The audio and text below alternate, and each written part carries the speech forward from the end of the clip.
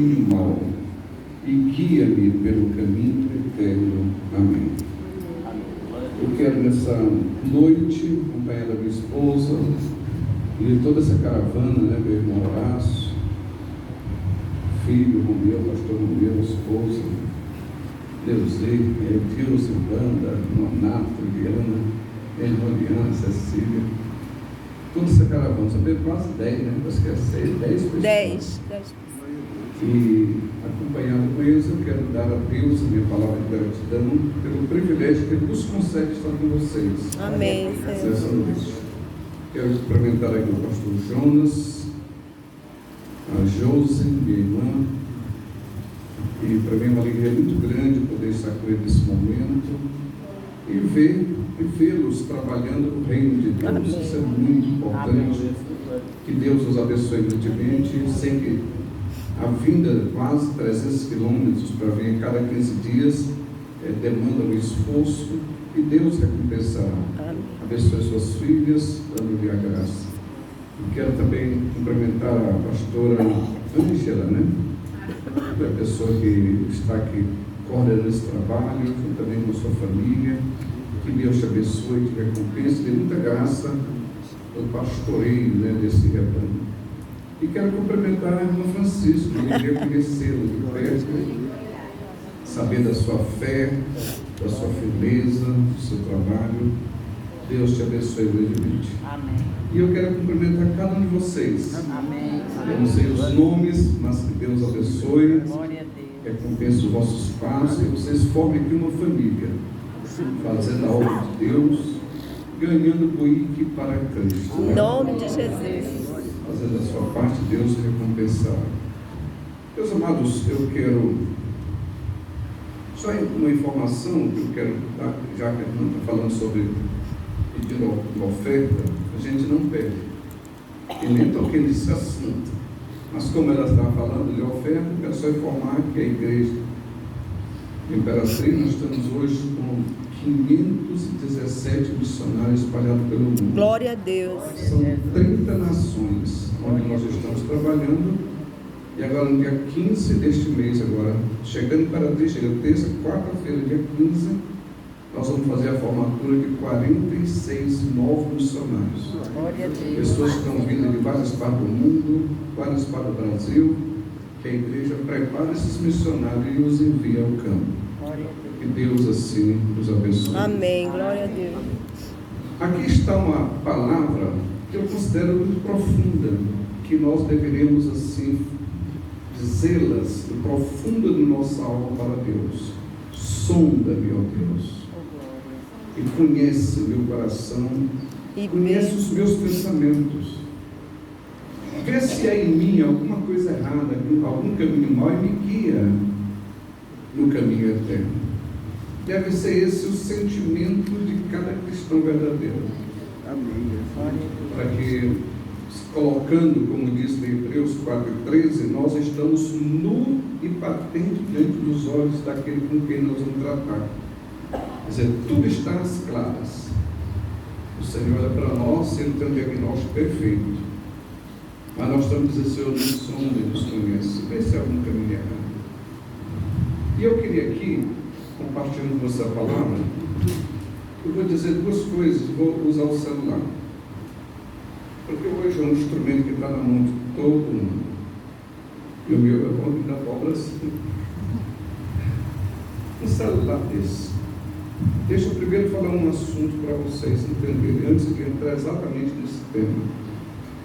Quando olha para um celular desse, você pode observar, eu quero mostrar ele como exemplo.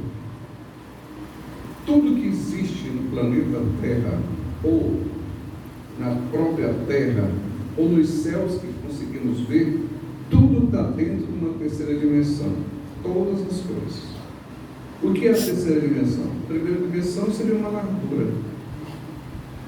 A segunda, o comprimento. E o outro, a altura. Então, na três dimensões, largura, altura e espessura. Três dimensões. Todas as coisas estão nessa terceira dimensão. A quarta dimensão é o tempo. Foi criado por Deus o tempo. O tempo é tipo um parêntese na eternidade. Na eternidade não existe tempo. Então Deus abre um princípio e um fim, dá o nome de tempo. Dentro desse tempo está todas as coisas da terceira dimensão. Tudo que existe, o homem, o céu que nós vemos, a terra, os animais, toda a invenção do homem está dentro desse tempo, conforme Eclesiastes capítulo 3, versículo 1. Todas as coisas foram feitas no tempo, e Deus estabeleceu um tempo para cada propósito. Só que essas coisas, o tempo, ele tem domínio sobre a terceira dimensão, ele tem domínio sobre a terceira dimensão. Significa dizer que todas as coisas que existem teve um princípio. Se ela teve um princípio, entrou no tempo. Se ela teve um princípio, ela vai ter um fim. Todas as coisas que entram no tempo, ela tem que sair, porque o tempo domina sobre tudo. No princípio criou Deus os céus e a terra. Então aí começou o tempo. Então, se começou, vai ter que acabar. Tudo vai ter que ter fim. Isso é o que acontece na terceira dimensão, porque o tempo estabelecido por Deus domina sobre tudo. Agora, quando Deus e as coisas espirituais estão na quinta dimensão, ele não está sujeito no tempo, porque está além do tempo. Então alguém pergunta, quando é que começou Deus? Ele nunca começou, porque ele não tem tempo. Quando é que começou as coisas espirituais? Não existe começo. Se não tem começo, não tem fim. Porque todas as coisas no reino espiritual não há começo, é o eterno agora. Só existe começo para nós. E começa e termina. Então, por causa disto, a gente sabe que os céus e a terra estão reservados como um tesouro para o fogo. Um dia tudo vai acabar. Assim como a vida humana entrou no tempo, um dia vai ter que acabar. Nasceu, vai ter que morrer. Agora, no reino espiritual, lá não tem tempo. Lá não acaba, porque também não começa. É eterno. Quando é que começou Deus? Quando é que termina? Nem começa, nem acaba. Porque lá não tem tempo para dizer que começou. Ele é o eterno. Amém? Amém. Agora eu quero voltar ao celular e quero que vocês prestem bem atenção. Olha, um celular desse, eu diria assim, hoje, é a maior invenção que podemos ter na atualidade. E chegou na mão de todo mundo, ao redor da terra. Não é assim? Todo Sim. mundo. E tem tudo, você imagina aqui. Só que aqui é um computador. Existe uma programação. Nessa programação, ele foi projetado para um projeto. Né? Existe um projeto. Agora, se esse computador aqui entrar um vírus nele, danifica ele. Principalmente quando esse computador de mesa, quando entra um vírus, ele danifica. Mas a pior coisa que tem para o computador não é entrar só o vírus, é ele ser desligado. Na hora que você está com o seu celular e liga ele, e ele acaba a bateria, ele não serve mais para nada. Agora só serve para nada. Ele desligado serve para quê? Para nada. Agora, esse computador, vamos dizer assim, que está desligado, não serve para nada, e tem vírus nele, a primeira coisa que tem que acontecer ele é você pegar e ligar. Né? Ligou na tomada, a primeira coisa que faz é acender uma luz. É verdade? Acendeu uma luz. Aí o computador volta a funcionar. Quando ele volta a funcionar, aí você vai observar a configuração, vai perceber que entrou vírus e danificou. Muitos programas foram danificados. O que você vai fazer? Você vai fazer agora uma limpeza no sistema. Eu acho que chama de deletar aquilo que é vírus, aquilo que é mal, e só deletar não resolve, precisa reprogramar. Formatar. Você deleta e reprograma e volta a funcionar tudo normalmente para um propósito. Vocês concordam com isso? Sim. Amém. O ser humano é esse computador. O ser humano é o maior projeto que Deus tem para essa terra. É o ser humano, é o maior projeto, mais sofisticado do que um computador feito pela mão dos homens.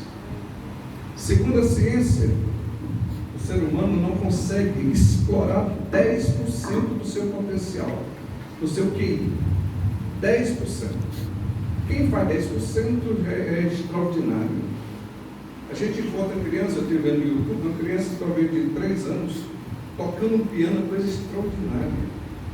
Eu vi ontem uma criança tocando um instrumento de sopro. A gente vê criança fazendo de 6, 7 anos, depois eu vi fazendo contas na cabeça, coisas extraordinárias. Dá vários números, dá a resposta certinha. Porque ele está usando talvez 10% do seu potencial. O maior computador que podia ter no ser humano, o maior projeto que Deus fez com a sua sabedoria, e de tal forma ele foi feito esse homem, que todas as coisas que existem foram feitas pelo poder da palavra. Mas o homem, além da palavra, foi feito na própria mão do próprio Deus. Glória a Deus. Glória a Deus, aleluia. Esse homem era tão perfeito que ele sabia tudo. Você imagina Adão, passou todos os animais perante ele e deu nome para todos eles, sem ninguém nunca ter falado. Ele foi dando o nome do jeito que ele disse, é até hoje. Ele sabia de tudo. Era tão importante esse homem que o próprio Deus, ele vinha pela revelação, ele ia falar pessoalmente com o homem. Glória a Deus. Era algo extraordinário esse homem. Até que um dia entrou um vírus na vida do homem chamado Pecado. Quando o vírus entra na vida do homem, ele danifica a configuração feita por Deus. Danificou eles. Mas o pior de tudo, desligou-se de Deus. Aí a luz se apagou. Desligou de Deus e a luz se apagou. Ele ficou em trevas. Chama-se o espírito está morto. O homem morreu. Romanos 3:23. Todos os homens, toda a raça humana, todos pecaram e foram destituídos da glória de Deus. A raça humana, a partir de Adão e Eva, todos eles foram destituídos. Quando os filhos foram nascendo, e toda a raça humana, ele já nasce pecador, destituído da glória de Deus, portanto, morto espiritualmente. E sobre essa raça humana está a ira de Deus. O ser humano, quando nasce, ele só tem um destino traçado: ser lançado para dentro do lago do fogo. É tudo que esse homem vai acontecer com ele na situação que ele nasce. Esse homem, ele, aos olhos de Deus, ele é um pobre, cego, miserável e nu. Não importa se ele é rico, se ele tem diploma, não importa nada disso. Essas coisas que o homem conquista na terra, irmãos, acaba tudo na beira do túmulo. No dia que ele morre, ele só vai sozinho. Mal ele leva um caixão e uma roupa. O restante vem tudo para trás. E ele segue, como diz Hebreus 9:7. Foi Deus determinou que todos os homens viessem a morrer, uma só vez, depois disso o juízo. Então essa raça humana está com o vírus do pecado e morto espiritualmente. Apagou-se completamente a sua luz. Porque o espírito do homem é uma lâmpada, mas está apagada. Esse homem natural, ele só tem prazer nas coisas do mundo. Só tem prazer no mal, nas coisas ruins. Você imagina uma pessoa que se diz rica, poderosa na terra, político, influente, pessoa que tem vários diplomas, pessoa que tem patrimônio, ele é capaz de passar a noite todo dia sentado na banca de bebida, bebendo cachaça, cerveja, conversando besteira. 2, 3, 4 homens, a noite todinha. E ele acha que está se divertindo, acabando com a saúde, acabando com o dinheiro, deixando a mulher sozinha, os filhos abandonados, e ele fica lá. E ele acha que não quer vontade. No outro dia, ele sai falando com os amigos, eu bebi uma cervejinha, tudo é pequenininho, uma caipirinha, uma pininha, falando com carinho, as coisas estão destruindo ele. Porque ele só tem, é um homem carnal, cuja inclinação é para o mundo e para a morte. É a situação da raça humana. Mas Deus, na sua infinita misericórdia, ele mandou o seu filho Jesus. E Jesus, agora, ele é o único que pode fazer uma religação, que chama-se Glória a Deus. religião. Religar o homem com Deus. Quando ele morre naquela cruz, abrindo os braços, ele estava dizendo: eu estou ligando, pego na tua mão, pego na mão do Pai. Eu sou a ponte, eu sou o elo de ligação. Ele disse: eu sou o caminho, a verdade, a vida, e ninguém vem ao ao Pai Pai. no setor. Quando nós ouvimos a palavra e aceitamos a Cristo, então Ele agora nos liga, é como se tivesse ligado a tomada do computador. Ligou aqui, vai na tomada, na fonte. Na hora que nos ligou a Deus, através de Cristo, acende a luz. A Bíblia diz: saiu das trevas para a luz. O Espírito acende a luz. Nós acordamos. Em Colossenses 3, capítulo 3, versículo 1, diz assim: se vós já ressuscitastes com Cristo, agora pensai nas coisas de cima. Porque acendeu a luz, nos acordamos. A Bíblia chama isso de novo nascimento, começar tudo de novo, porque nós ligamos na luz. Mas na hora que a gente liga nessa energia, que é Deus, através de Cristo, quando acende a luz, nós vamos descobrir, sabe por quê? Que esse computadorzinho chamado humano estava todo cheio de vírus e desconfigurado. Tudo errado. Porque antes, a gente não sabia qual o computador está ligado. Você não sabe o que tem errado nele. Só sabe depois que liga. Assim é o homem. Quando o homem não tem Cristo, ele está tudo certo. Ele fica a noite toda, ele prostitui, ele mente, ele faz toda coisa. Ele acha tudo certo, ele não tem vida. A luz não acendeu, mas na hora que a gente aceita Cristo, que a luz acende, a gente começa a perceber. Aleluia. Tudo é errado. Aleluia. Aí nessa hora, agora que a luz acesa, aí nós dizemos assim: sonda-me, ó Deus, e conhece o meu coração e os meus pensamentos. Me examina da cabeça aos pés, examina a minha alma, o meu espírito, examina meu corpo e vê se há algum caminho errado. E agora me coloca no caminho certo. Glória a Deus. Nesse momento, aí a palavra de Deus vai nos mandar arrepender-se. Nos orienta a arrepender. Porque a forma de deletar aquilo que está errado em nós chama-se arrependimento. Cada vez que o Espírito Santo na sua nasce, percebe que ele estava desconfiado do projeto original de Deus, foi danificado pelo vício do pecado. Aí você percebe: agora eu sou um prostituto, agora eu sou um ladrão, agora eu estou falando mal da vida alheia, agora eu estou mentindo. Você vai percebendo ao longo da sua caminhada cristã onde está errado. Aquilo que o Espírito Santo te revelou, aí você diz: agora eu tenho que deletar isso. Como é que se deleta? Se arrepender. Confessando os teus pecados. Aleluia. Aquele que confessa e deixa, alcança Nossa misericórdia. A gente vai confessando cada pecado.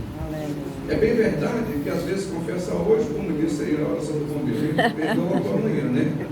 E a gente vai pecar amanhã. Porém, a gente deu o primeiro passo do arrependimento. A gente vai consertar isso. Você viu? Me perdoa, eu reconheci que errei. Reconheci que estava desconfigurado e eu não tenho forças dentro de mim para mudar isso. Então a gente vai confessando. Aí a Bíblia diz: agora não adianta só confessar, é preciso colocar outra coisa no lugar. Deixar. Você tem que reconfigurar, colocar outra coisa dentro.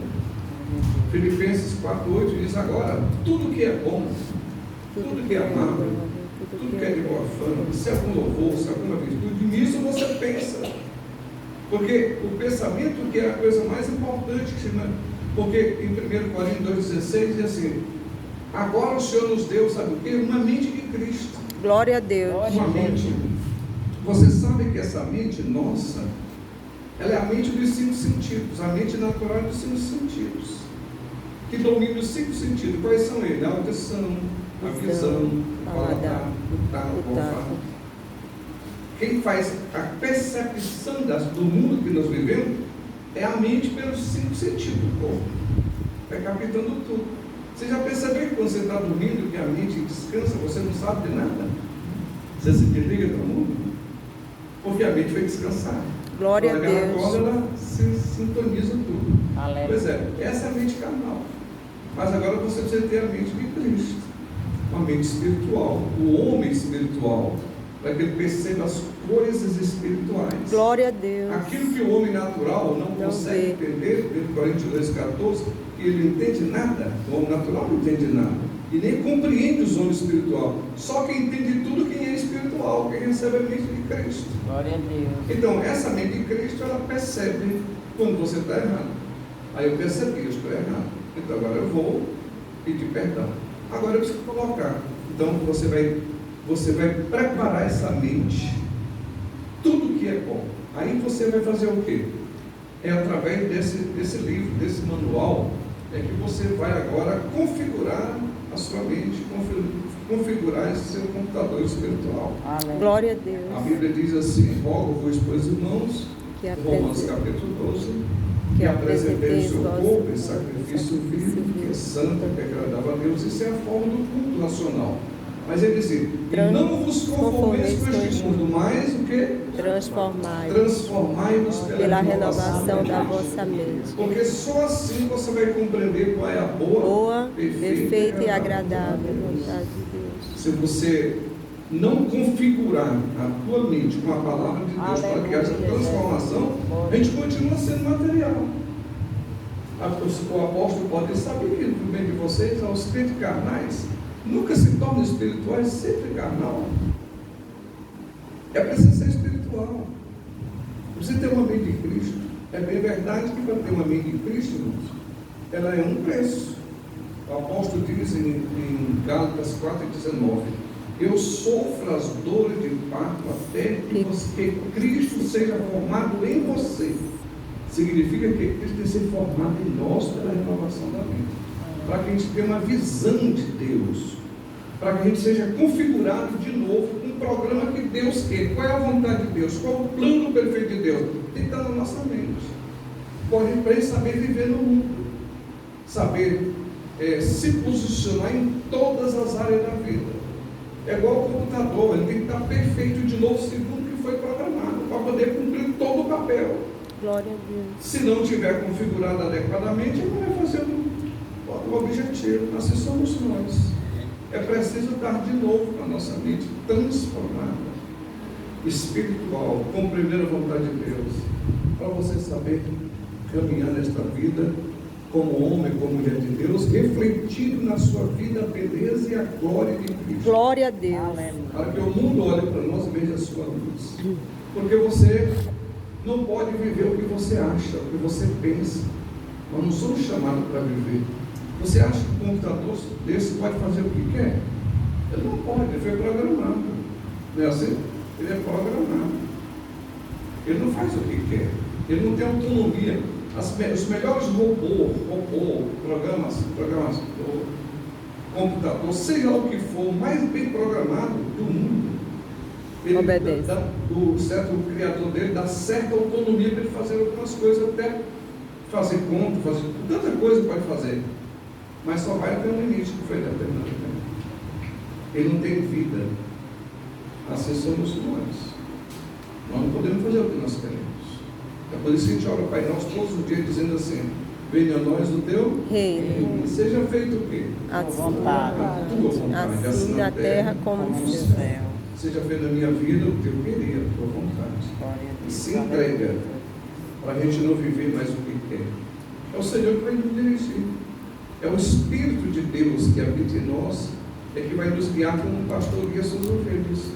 E ele guia suas ovelhas nas veredas da justiça, por amor do seu nome, para cumprir o seu propósito. O verdadeiro crente é aquele que nasce de novo, nasce do Espírito, e ele fica, sabe como um vento. Não sabe de onde é que vem, nem para onde é que vai. Assim é todo aquele que é nascido do Espírito. João 10:8. Ele não manda em si, ele faz o que o Senhor manda ele fazer. Ele vive como o Senhor quer, porque foi programado para isso. Programado para servir o Senhor. Glória a Deus. Para viver a vida de Cristo.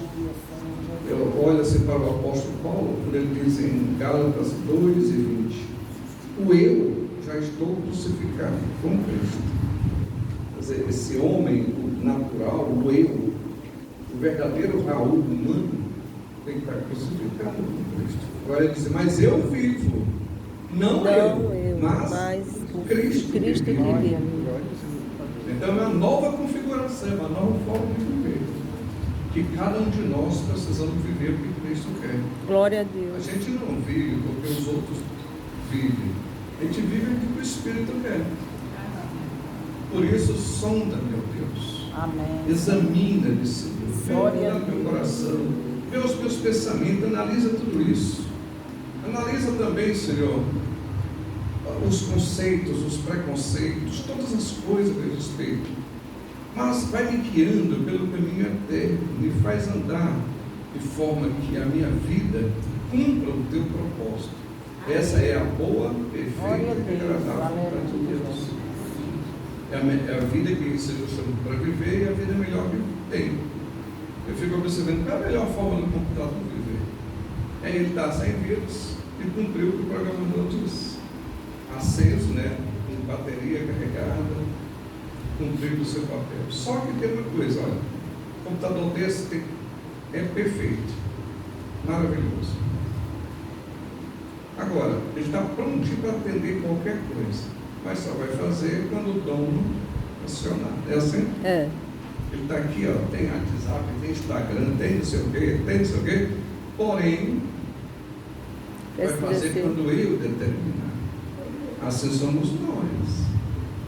Todos nós, prontinho, cheio do Espírito Santo, cheio de Glória a conhecimento da Deus. palavra. Porém, nós não damos um passo sem o dom que é Jesus. Glória a Deus.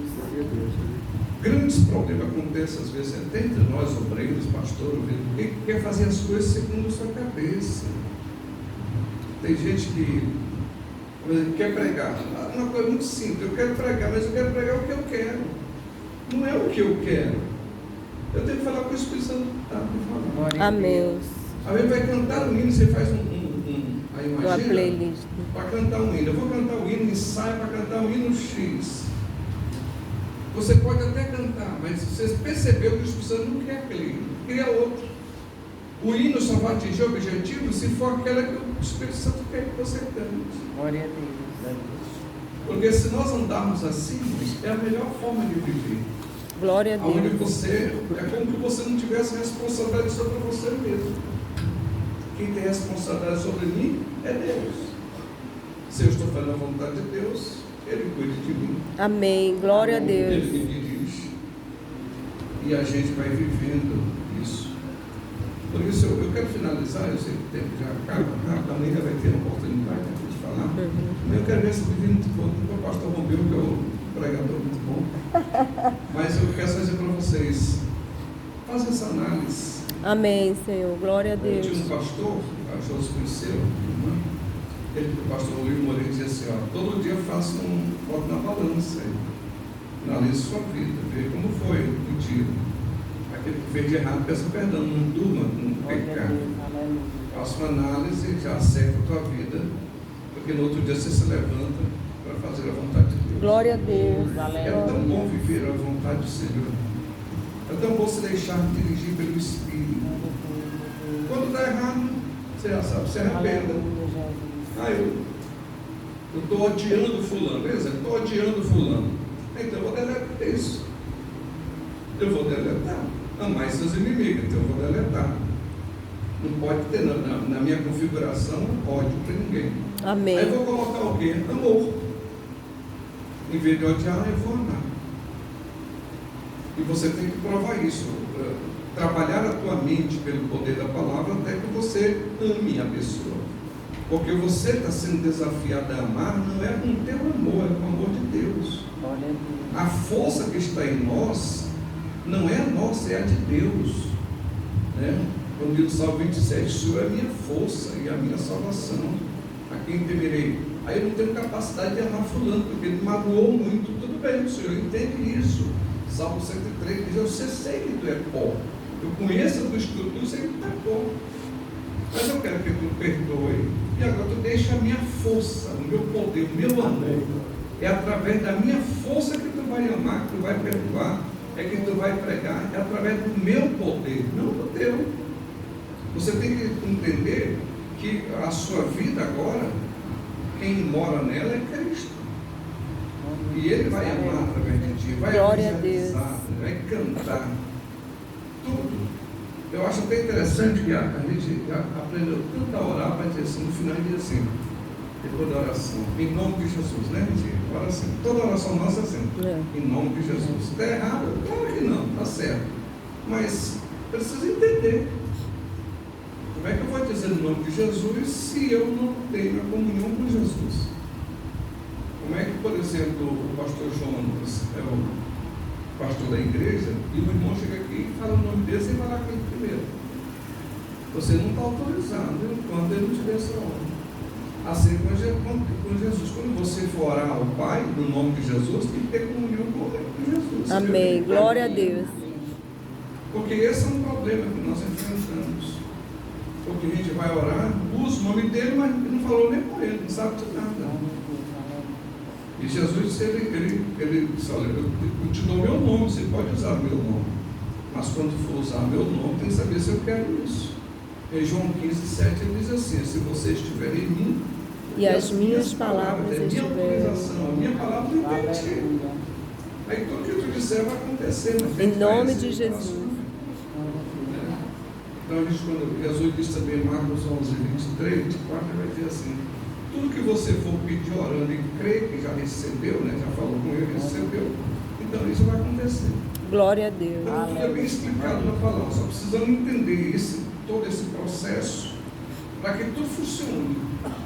Porque tem crente, infelizmente tem crente que parece que a vida dele é só não é de valor em valor como canta aquele hino, mas é de sofrimento em sofrimento. Parece que quanto mais ele sofre, mais ele acha que está certo. Pastor, minha vida é tribulada, tribulação. Termina a tribulação e começa logo a outra. Porque ele acha que aquilo é que faz ele ser crente. Mas não é assim. O Provérbio 4:18 diz que a nossa vida é como a luz da aurora, vai brilhando, brilhando, até seja perfeita. Uma vida de bênção, prosperidade. Glória a Deus. E não decrescente. E as pessoas, às vezes, pelo fato de estar mal configurado a palavra de Deus, porque não houve análise da palavra, não foi configurado. A gente é muito configurado, sabe, pelo achismo. Então a igreja disse isso, os irmãos estão falando isso, todo mundo faz isso, e a pessoa vai configurando com isso. Isso não é o certo. O certo é só a única palavra, a fonte é a Bíblia. Você tem que examinar, fazer igual o Beto, fazendo análise. O que a Bíblia diz sobre isso? Você analisa e configura a sua mente com a palavra de Deus. Quando você configura, coloca o que está dizendo aqui. Aleluia. Como é que ela me ensina a orar? Todo mundo ora, mas como é que a Bíblia diz que eu devo orar? Todo mundo prega, todo mundo canta, todo mundo evangeliza, todo mundo faz isso, todo mundo contribui, mas como é que a Bíblia diz? Se você não tiver devidamente configurado, pode as coisas dar errado. E fica muita gente sofrendo. Vou contar só uma história e vou terminar. Nossa, ainda até fora do assunto, não estou bem na mente. Você tem o Espírito Santo quer falar com alguém. Mas, quando eu fui gerente de um banco, o Banco Estado de Goiás, formoso de Goiás, tem 30 e tantos anos. Dando 31 anos de pastor, foi antes. Eu estava na casa do pastor presidente, eu era auxiliar naquela outra igreja, e o filho do pastor chamava Sóstenes. Ele, no dia anterior, que era na sexta-feira, o pastor me deu a oportunidade para pregar na igreja. E ele disse, fala sobre o dízimo, né? Fala sobre a doutrina do dízimo. E eu vesti a palavra como eu entendi, e falei da necessidade de pagar o dízimo, viu? Malaquias 3:10, tem aquela palavra. No outro dia cedo, eu estava na casa do pastor, já 9 horas da manhã, sei lá, quando chegou o Sóstenes, ele disse, ei Raul, nesse tempo não era pastor não, ei Raul, tu pregou sobre dízimo, essa conversa de dízimo aí meu pai tem 30 anos que é pastor pregando aquele dízimo, você conhece, só conversa de pastor só quer dinheiro da gente, ia sendo filho do pastor. Ele entende assim, claro, eu tenho 30 anos, eu tinha 31 anos de idade, esse rapaz. Eu quero ver Deus mudar a história de uma pessoa. Na cidadezinha Verdes, que tinha lá, talvez 10 mil pessoas, 5 mil pessoas, sei lá, uma cidade pequena. E ele disse, eu quero ver mudar, eu vivo aqui, eu vendia mel, ele comprava mel de abelha e vendia em Goiânia, a cidade a uns 300 quilômetros, 400 quilômetros lá. Ele comprava e ele vivia disso. Eu quero ver eu mudar a história. E pagar dízimo eu pago desde que sou criança. No mês que eu não pago, meu pai me cobra e eu gosto de pagar o dízimo. Eu disse, quer dizer que tu entende assim? Claro, eu entendo, isso é mesmo. Ele disse, Sóstenes, tu conhece Malaquias 3? Eu disse, claro que eu sei que quase só tinha. Então lê para mim aí, cita para mim. Ele começou, trazei todos os dízimos à casa do tesouro, para que haja mantimento na minha casa, e depois disso fazer prova de mim, diz o Senhor dos Exércitos. E veja se eu não vou abrir uma janela do céu e derramar sobre vós uma bênção tal, da qual virá uma grande abastança. Ele terminou de dizer, eu disse, agora eu quero te dar um conselho. Eu disse, qual? Hoje, quando tu chegar na tua casa, chama a tua esposa, entra no teu quarto, fecha a tua porta e abre a Bíblia. Malaquias 3 e 10. Tu abre a Bíblia, antes de ler esse versículo, tu chama a tua esposa e pergunta, combina vocês dois, o que vocês querem para mudar a vida? Se você vive vender mel, criando já 2 filhos, o que você quer de Deus? Fala para ele, conversa com vocês dois, que a Bíblia diz em Mateus capítulo 18, versículo 19, versículo 20, se 2 pessoas na terra concordarem sobre qualquer coisa, isso será feito pelo Pai. Então vocês combinam vocês dois, depois vocês combinarem, estiver consciente do que querem, eu quero que você abra a Bíblia, tu leia o texto e diga assim, Deus, esse texto não foi eu que escrevi, foi tu. Diga assim, fala com Deus assim, foi tu que escreveu. Isso aqui é uma lei que tu estabeleceste, e nessa lei tem 2 pessoas envolvidas, tem tu e eu, nós 2 estamos envolvidos. Agora diz assim, trazei todos os dízimos à casa do tesouro, para que haja mantimento na minha casa. O propósito é mantimento na casa de Deus. Aí tu disse, Pai, eu quero constituir Jesus nessa conversa, porque a Bíblia disse no Apocalipse 1:5 que ele é fiel testemunha. Ele é o testemunho, e diz assim, eu estou constituindo Jesus como minha testemunha de que eu sou fiel nos meus dízimos, eu pago meu dízimo, eu levei para a tua casa o dízimo do Senhor. Aí tu continua lendo, e depois disso fazei prova de mim, diz o Senhor dos Exércitos. Esse agora vai fazer uma prova, e quem está assinando embaixo não é eu, é o Senhor dos Exércitos. Glória a Deus. Ele assina embaixo, diz o Senhor dos Exércitos. Aí você nessa hora combinou com a esposa, você faz o desafio, fala com ele, diz o que você quer, o que sonha na vida. E depois que tu terminar de dizer isso, tu diz agora, veja o que Deus te diz depois em seguida. Aí ele faz um desafio para ele mesmo, Deus dizendo, e veja se eu, Deus, não vou abrir uma janela do céu e derramar sobre vós uma bênção, só uma, e dela virá uma grande abastança. Se levanta da oração crendo, porque com Deus só se relaciona crendo, e veja o que Deus fará na tua vida. Glória a Deus. Glória a Eu Deus, expliquei bem mais detalhado do que isso que eu falei para vocês. 1 mês depois, mais ou menos, eu fui transferido da cidade e fui para Colinas. Depois eu fui transferido, aí mais ou menos um mês depois, eu fui entrei no ministério e fui para Carolina. Fui 1 ano de pastor lá. Larguei o banco, fui ser pastor e voltei para Imperatriz. Quando eu estava em Imperatriz, 1 ano, 2 anos depois, eu não sei quanto tempo, eu fiz uma caravana de jovens e fui lá visitar a igreja, que era dos nossos amigos, pastor Deusdete, Bertinho, Decaí, o povo todo. E fui lá. Quando eu cheguei lá, pregamos, quando foi no domingo pela manhã, eu fui ministrar. E novamente eu falei de dízimo. Quando eu falei de dízimo, estava o sócio lá. Quando eu fui sentando, disse assim, pastor Raul, quando terminar a escola, terminar o culto, que você vai vir em casa comigo, está tudo novo. Terminou, ele disse, vamos comigo. Quando eu saí, eu entrei no carro. Eu disse, que esse carro? É meu. Eu disse, parabéns, tem um carro, né? Aí tirou a carteira, entrou na casa e disse, e que é essa casa? É minha. Tua casa? É. Amém. Senta aí, pastor. Eu sentei e disse, pastor, eu cheguei aqui para contar um testemunho. Naquela hora que o senhor falou aquela história para mim, contou tudo sobre isso, eu nunca tinha entendido nada. Eu pagava por uma pregação. Então, eu cheguei em casa, chamei minha mulher, filha, o que você falou? fui para o quarto, fechei a porta, conversei, foi do jeitinho que você falou, dobrei o joelho, li a Bíblia e tal, e falei para Deus pelo desafio. Naquele ano, naquele mês, houve a aparição tal num curso chamado Procard, né? Era um curso que, assim, como fazia um ensino superior, assim, rápido, sei lá como é que era. Supletivo. E era mais ou menos uns 65 quilômetros de lá até Porangatu. E o prefeito disponibilizou um ônibus, e eu e minha mulher entrando no curso vamos estudar. Quando eu comecei a estudar, apareceu um concurso público para fiscal da fazenda do estado de Tocantins. E eu fiz a inscrição e passei no curso. Glória a Eu Deus. fui ser fiscal de fazenda e sabe, eu trabalho bem talismã na cidade que faz fronteira entre Goiás e Tocantins. Ele ficou na barreira, eu trabalho 15 dias e descanso 15. Olha que E ganhei um salário daquela altura. Hoje eu tenho Trabalha casa aqui. e minha mulher terminou o curso, ela é a secretária de educação do município hoje. Ele disse, pastor Lima, deixa eu vir aqui, porque naquele dia eu pensei, como Deus poderia mudar a história de uma pessoa, Glória a Deus. numa cidade dessa. E hoje, professor, eu estou encantado aqui com Deus. Glória a Deus. Agora, mais ou menos, eu fui pregar em Porto Nacional, isso talvez uns 8, 10 anos atrás. Me convidaram, filho dele, já pastor da Igreja Madureira, Glória a Deus. chamado Sóstenes Também. Filho. Ele liga, pastor, eu vim pregar na minha igreja. Eu fui lá.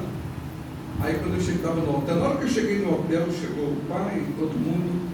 Ele disse, pastor, eu não posso ficar no culto, porque eu tenho um compromisso. Mas eu vim dizer para o senhor que hoje, ó, meu filho daqui, esse só está terminando medicina, meus filhos é tudo formado, hoje eu tenho fazenda, eu tenho carro, eu tenho isso, eu tenho tudo. E eu vou te dizer mais, sabe quanto dia eu trabalho por semana?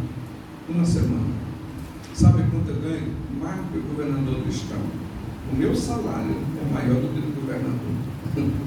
Ele disse, Deus mudou tudo na nossa vida. E só te dizer isso porque a palavra de Glória a Deus. Deus. É Meus verdade. amados, Deus abençoe. Aleluia. E cada um sai daqui assim, Senhor, sonda-me, Senhor. E vamos reconfigurar tudo para sermos conforme a vontade. Glória a Deus Deus. abençoe.